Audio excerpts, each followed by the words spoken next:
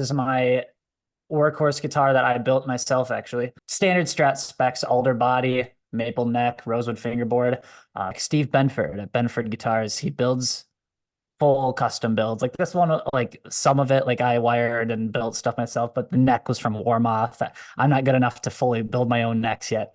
I'm trying to get there, but I kind of had this designed to do everything my Strat couldn't because I'm mainly a Strat guy. So this Yeah. was the Benford CPJH. Those are my initials engraved on the headstock there. But the CPJH custom output jack on the backside, um, maple top.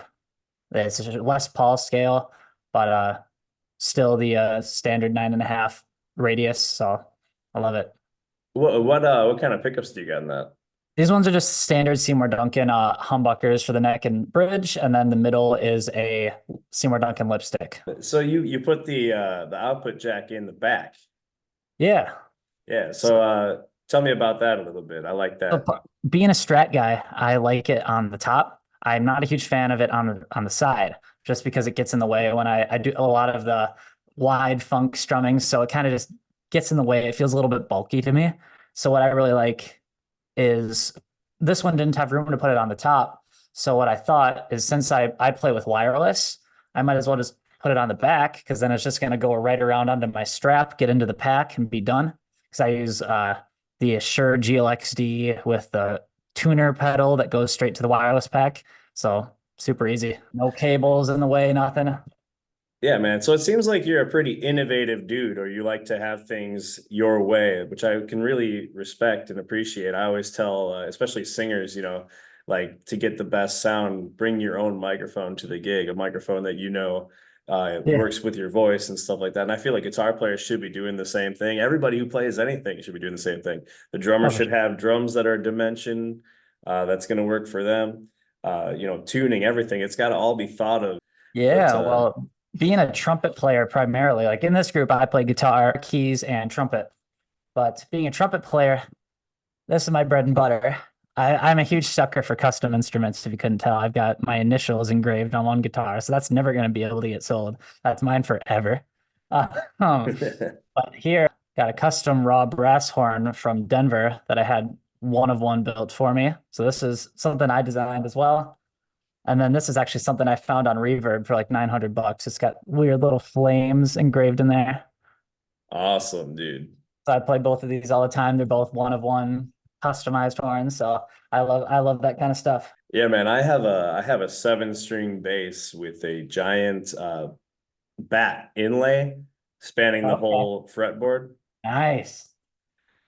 Never seen anything like it. And it was one of those, I happened to come by it at the West Bend Music Academy years ago. Oh, sure. Told them not to sell it. I was dead broke at the time. And I went in there every day to just play around on it, get a feel for it. And I'm like, don't sell it yet. Don't sell. I'm coming back with money. And I came back one day and it was gone. And I was like, oh man. I was like just devastated, but I was in town for a good period of time because I wasn't touring. It was like around my birthday, and I was going over to my parents' house for like my birthday dinner or whatever. And my dad comes out with a gig bag and just like throws it on my lap. He goes, Ah, "Here." He doesn't say anything else. He just goes and sits down. And I opened it up, and it was that 7 string bass. awesome. But I'm a fan of things that you don't see anywhere. Yeah. Well, here's my dad's bass. He was a bassist. He gave me this 1991 Mexican precision bass. He actually, I think as a kid, he had one like this. I think it was probably an American or something, but he ended up selling it and his parents got him this one, which he lent to me once I started playing. So we love the fatherly love. I got Yeah, so man, many that's things in awesome. here. I got an accordion in that closet over there. God, there's too much in here. That's like kind of how my basement is. I bet you and I, if I were in my basement, you and I could probably just keep pulling stuff out. I've got mandolins, banjos, Oh ukuleles. God. I've got everything.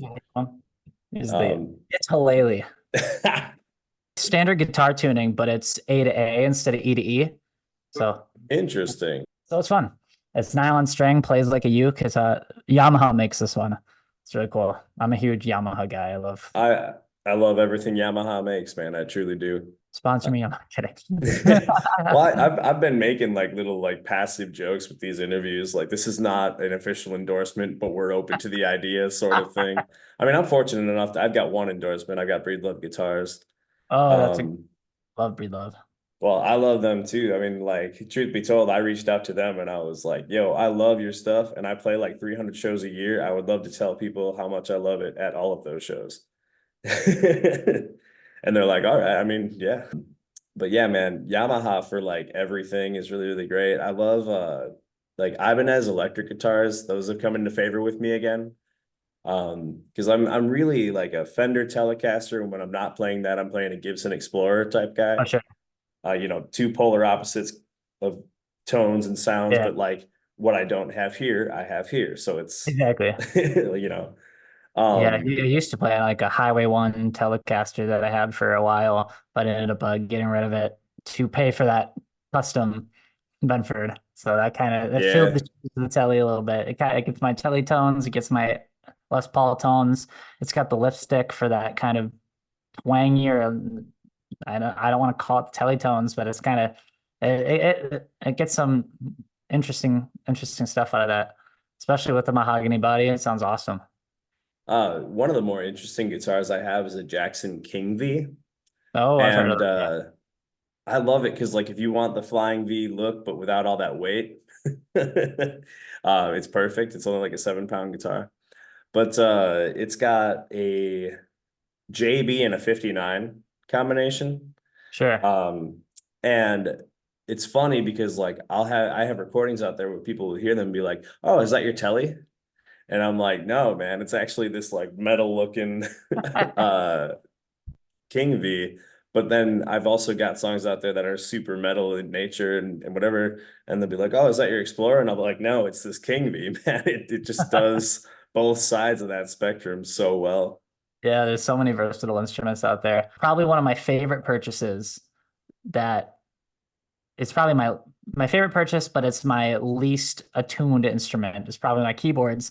The Yamaha makes I'll show the little keyboard rig over there. This is what I play in the band. You can kind of see over there. Yeah, That's a Yamaha Reface. Uh, being controlled by a Roland Juno with MIDI. So the Reface, it's got the clavinet sounds, Wurlitzer, Rhodes, all that stuff, and it sounds awesome. If there's one thing Yamaha's fantastic at, it's their electric piano sounds. And I love the sounds, but I want a little bit, it's a small keyboard. It's like 30 keys, if even. Um, so I got this Juno that controls the sounds and nice. I can do my synth stuff on the Juno, but then I run everything keys and guitar into my effects board that runs into my twin reverb and just it gets it done. I'm able to lug 3 instruments with minimal effects, thankfully. Yeah. Which Juno are you running that with? I got the DS61. Gotcha. I love that keyboard. It's awesome. I have a Yeah. DS88 as my main Oh stage yeah. keyboard. Nice. That's actually I say it's my main stage keyboard, but I use it on every record I've put out too. Oh, So awesome. like I don't think I'm getting rid of that anytime soon. Oh, it's a great keyboard. Like I don't use a lot of the piano sounds on it, but the synth sounds are great. It's super easy to write your own patches. Like I know nothing about synths and writing patches, but I was still able. I need a square lead synth with a little bit of overdrive, couple buttons, and I'm done. It's super Yeah. easy. Yeah, it's good for that kind of stuff. I use the piano sounds on my Roland a lot, but they are kind of dry, so I'll use them with external reverbs and stuff like that Yeah, to kind of supplement them a little bit into being more on par with like the Yamaha sounds. Like that's one thing that I've noticed about the Yamaha samples is like those piano sounds, it's just got the right amount of built-in reverb like sure. dialed into it. Yeah, Casio has a new keyboard, and like I'll cut all this. I probably won't use it, but now this is just me and you talking about gear, nerding out a little bit. Casio's new Casio Tone keyboards have like these vocal patches on it, and you can make it say like all these different phrases, and I think you can program your own phrases for it to say. Oh, okay. So like it'll be like um get ready to dance or something like that. Get ready to dance. Get ready to dance. And Nice. then so like, and then you could take it, get ready to dance. Like, so Yeah, like, I've seen those on like the tiny little like toy keyboards that have. I mean, it's all pre-programmed for like the DJ yeah, patch that plays like the what, and you can just go all over it. It's yeah. so funny. But yeah, on the new Casio tones, it's like a whole thing. They have like a whole bank of patches that are just phrases. And Nice. like, and you can do them with different synth sounds and stuff like that. So I'm like, you know what? I might have to end up with one of those.